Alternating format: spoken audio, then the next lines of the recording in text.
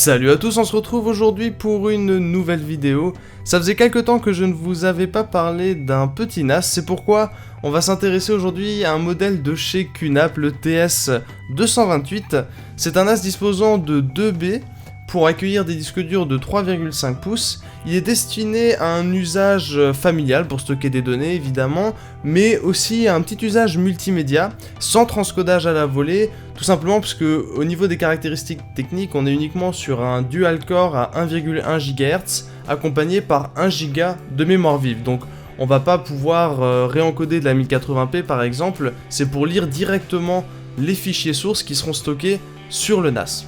Au niveau des accessoires présents dans la boîte, on aura tout d'abord un petit câble d'alimentation qui sera bien utile, un bloc secteur qui est pas trop imposant, donc vous pourrez le stocker sans problème. On a un câble Ethernet noir, ça c'est sympathique. Et ensuite, c'est 4 petites pièces qui vont permettre, plus tard on le verra, de fixer les disques durs à l'intérieur du NAS. Avant de pouvoir s'attaquer au boîtier, on retrouve un dernier petit papier au fond du carton qui va vous indiquer comment installer les disques dans le NAS, mais on verra ça évidemment dans quelques instants. Une fois déballé, on se retrouve face à un NAS au design très sobre, avec un format compact. Il pourra sans problème s'intégrer aux côtés de vos équipements, à côté de votre box par exemple. Les matériaux employés sont de bonne qualité et le plastique brillant rend à mon avis très bien. Il faudra juste faire attention évidemment aux traces de doigts et aux micro-rayures qui peuvent apparaître assez rapidement. Étant personnellement fan du thème noir et blanc, j'ai évidemment été légèrement séduit par ce thème de couleur et par le design général du boîtier. Sur les côtés, seul le logo QNAP est visible. Vous remarquez aussi le petit liseré noir sur le bas qui va d'un côté lui conférer un look assez caractéristique et sert aussi au passage de grille d'aération puisqu'il y a un petit ventilateur là-dedans qui va refroidir le processeur. En façade, on retrouve sur une petite bande noire à nouveau les LED de fonctionnement, le bouton d'allumage, un lecteur de carte SD, très pratique, un bouton de sauvegarde vers un périphérique externe qui pourra être paramétré et un port USB 3.0. Pour finir, à l'arrière, on trouve le connecteur d'alimentation, un port Gigabit Ethernet, un port USB malheureusement en 2.0 et un bouton reset. Passons désormais à l'installation des disques durs dans le boîtier. Sur certains modèles, vous avez un système hot swap, c'est-à-dire que vous pouvez retirer les disques sans démonter le boîtier.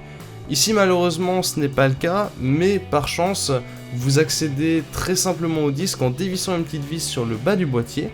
Ensuite, la partie supérieure va venir se déclipser et on voit effectivement ensuite nos deux emplacements qui sont présents avec les connecteurs SATA qui vont servir à aligner les disques et à les positionner dans le bon sens.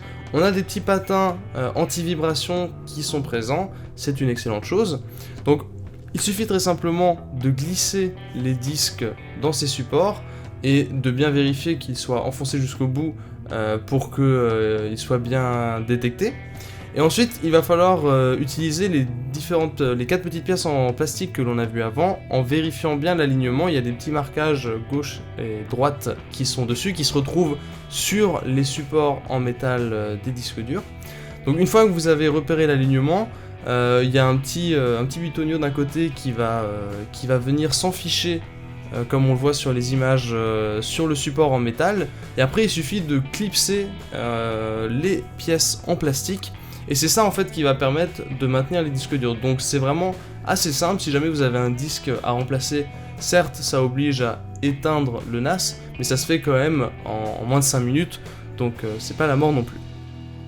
Une fois que les disques sont installés, il suffit de reclipser la partie supérieure et de revisser la vis de maintien et vous pouvez démarrer votre NAS. Une fois le NAS allumé, il va falloir l'initialiser, c'est-à-dire formater les disques et mettre à jour le logiciel.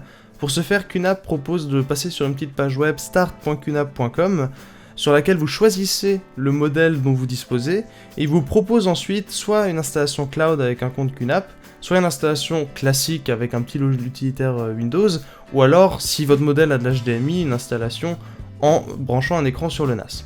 Alors moi j'ai choisi la solution traditionnelle avec un petit utilitaire qui s'appelle QFinder Pro. Et en fait une fois que vous le lancez, il va détecter votre NAS en théorie et il faut se connecter avec les identifiants par défaut qui sont admin. Une fois que ça c'est fait, il va charger un petit peu et vous afficher une petite pop-up sur laquelle vous allez pouvoir faire quelques paramétrages de base vraiment très basiques. Donc ça va être le nom du NAS sur le réseau, l'heure, si vous voulez lui adresser une IP fixe par exemple, vous pouvez le faire à ce moment-là.